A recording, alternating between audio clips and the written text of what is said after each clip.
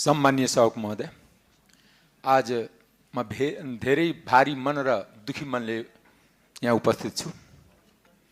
आज राति 2:05 मा सर्लाही निर्वाचन क्षेत्र नम्बर 4 का युवा विवेक मण्डल को अस्ति पेट्रोल छर्केर आत्मदाह गर्दाखेरि कीर्तिपुर वन अस्पतालमा मृत्यु भयो।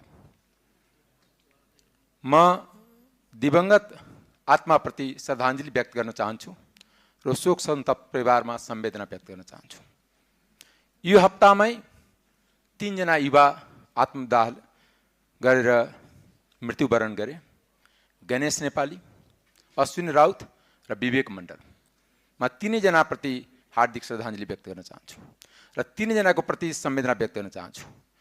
विवेक मण्डलको केसमा राज्यले सम्माननीय प्रधानमन्त्रीबाट, पार्टी सभापति आदरणीय रवि लामिछानेजीबाट र सम्मानित सभामुख स्वयंबाट जुन चासो व्यक्त गरिएको थियो र स्वास्थ्य मन्त्रीको तर्फबाट पनि राज्यले हेलिकप्टर पठाएर उपचारको लागि प्रयास गर्दा गर्दा पनि बचाउन सकिएन। तर प्रयास गरेको कारणले म त्यो क्षेत्रको जनप्रतिनिधिको नाताले सम्मानीय सभामुखलाई पनि म जिल्लाई पनि धन्यवाद दिन चाहन्छु। सम्मानीय प्रधानमन्त्री र उहाँको सचिवालय, पार्टी सभापति रवि लामिछानेजी र स्वास्थ्य मन्त्री र उहाँको मन्त्रालयलाई पनि धन्यवाद दिन चाहन्छु। तर आज म केही कुरा यसले मलाई झस्काएको छ। एउटा अनुभवी सांसदको नाताले म केही कुरा राख्न चाहन्छु, किनकि अनुभव पनि एउटा धेरै माने राख्छ। आज हाम्रो राज्य सङ्कटमा छ, जनतामा नैराश्यता छ।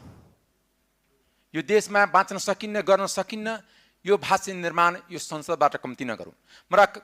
म करबद्ध प्रार्थना गर्छु कि सम्पूर्ण राजनीतिक दललाई, संसदमा प्रतिनिधित्व गर्ने सम्पूर्ण राजनीतिक दल र संसद बाहिर प्रतिनिधित्व गर्ने राजनीतिक दललाई हामी यसलाई घोचपेचको विषय नबनाऊ। राज्य रह्यो भने, जनता रह्यो भने, लोकतन्त्र रह्यो भने फेरि हामी राजनीति गरौँला। कोही सत्ता पक्षमा होला, कोही प्रतिपक्षमा होला। सत्ता र प्रतिपक्ष थाहै होइन। यो निरन्तरता छ। जो आज सत्तामा छ भोलि प्रतिपक्षमा होला, जो हिजो सत्ता पक्षमा थियो आज प्रतिपक्षमा छन्।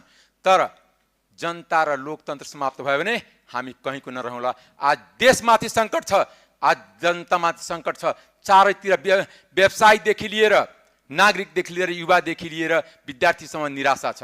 हामी निराशा नबाटौँ, हामी यसको समाधान गरौँ।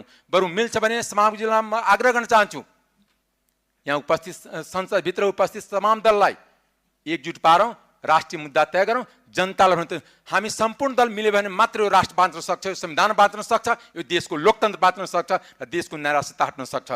देश निर्माणको जिम्मा लिएर हामी सबै यहाँ उपस्थित भएका छौँ।